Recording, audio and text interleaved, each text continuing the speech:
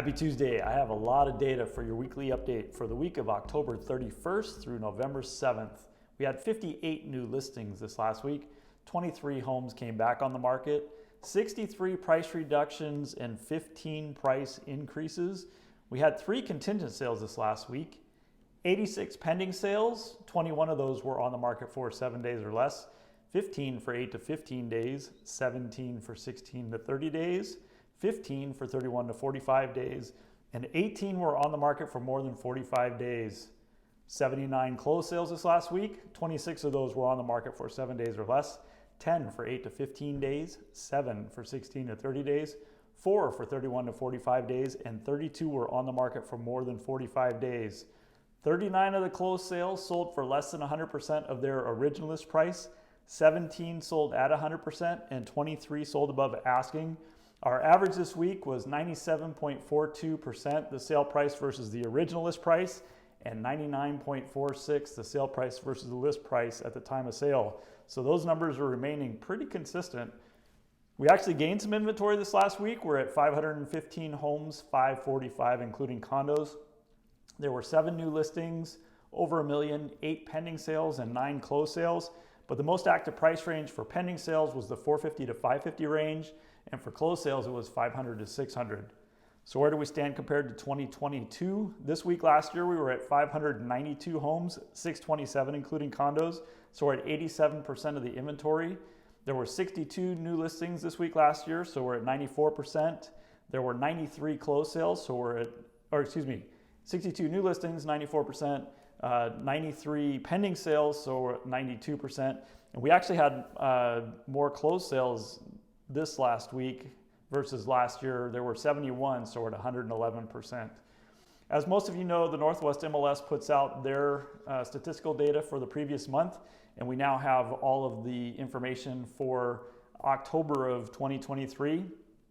And October saw fewer new listings in 2023 versus 22 in all of the 5 counties that we're following except for Mason County. Their new listings were actually identical. But the total number of listings year to date, we're behind, and also our market times are running about 1.5 times what they were back in 2022.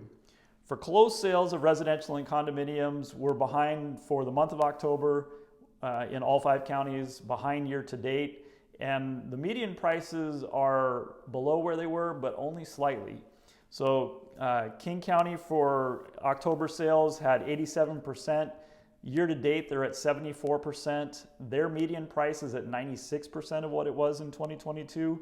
And their time on market is 1.8 times, so almost double what it was last year.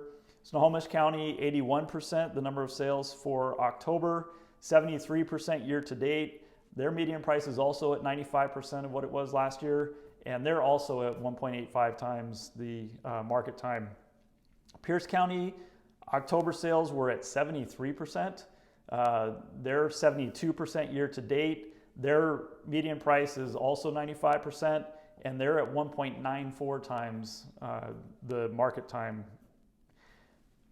For Mason County closed sales, they're at 82% year to date, 83%, for October, 83% year to date. 98% for their median price, and they're at 1.86 times the market time.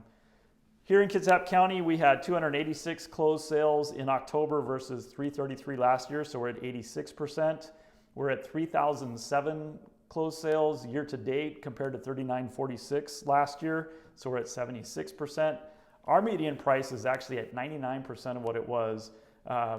We are at 534,950 compared to 540 last year, so that's 99%. The other number that you might hear in the media that is for residential only, we're at 538,173 compared to 545 last year, so again, we're at 99%. And our market times, we've elongated from 19 days last year to 39 days this year, so we're just over double the market time. So as I said, a lot of information here, and there's a lot of information going on in the news about real estate as well, with interest rates jumping all over the place and some national lawsuits that have come to a head. And so, as always, please feel free to reach out with questions. There's a lot going on.